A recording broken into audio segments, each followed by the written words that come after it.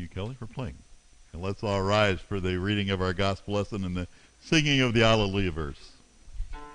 Hallelujah, Lord, to whom shall we go? You have the words of eternal life. Hallelujah. The Holy Gospel according to St. Luke, the 24th chapter. Glory to you, O Lord. And the basis of our message for today. That very day, two of them were going to a village called Emmaus, about 7 miles from Jerusalem, and they were talking with each other about all these things that had happened. While they were talking and discussing together, Jesus himself drew near and went with them. But their eyes were kept from recognizing him. And he said to them, "What is this conversation that you are holding with each other as you walk?" And they stood still, looking sad. Then one of them, named Cleopas, answered him, "Are you the only visitor to Jerusalem who does not know the things that have happened here in these days?" And he said to them, "What things?"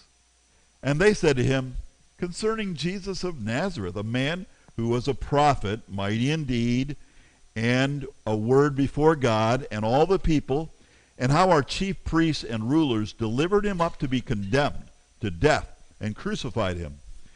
But we had hoped that he was the one to redeem Israel. Yes, and besides all this, it is now the 3rd day since these things happened.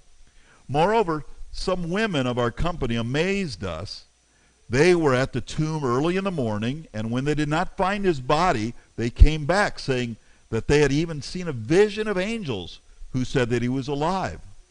Some of those who were with us went to the tomb and found it just as the women had said, but him they did not see."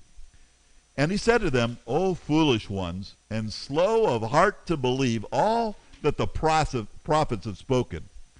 Was it not necessary that the Christ should suffer these things and enter into his glory?" And beginning with Moses and all the prophets, he interpreted to them in all the scriptures the things concerning himself. So they drew near to the village to which they were going.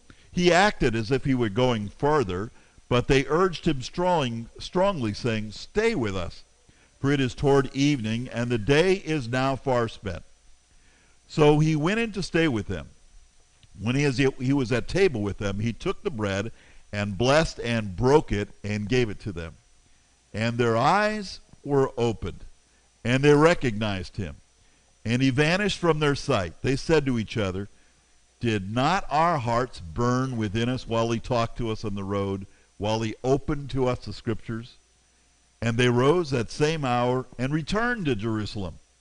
And they found the 11 and those who were with them gathered together, saying, "The Lord has risen indeed, and has appeared to Simon." Then they told what had happened on the road, and how he was known to them in the breaking of the bread. This is the gospel of the Lord. Praise to you, O Christ. And we confess our faith. I believe in God the Father Almighty, maker of heaven and earth, and in Jesus Christ, his only Son, our Lord, who was conceived by the Holy Spirit, born of the Virgin Mary, suffered under Pontius Pilate, was crucified, died, and was buried. He descended into hell. The 3rd day he rose again from the dead. He ascended into heaven, and sits at the right hand of God the Father Almighty. From thence he will come to judge the living and the dead. I believe in the Holy Spirit, the holy Christian Church, the communion of saints, the forgiveness of sins, the resurrection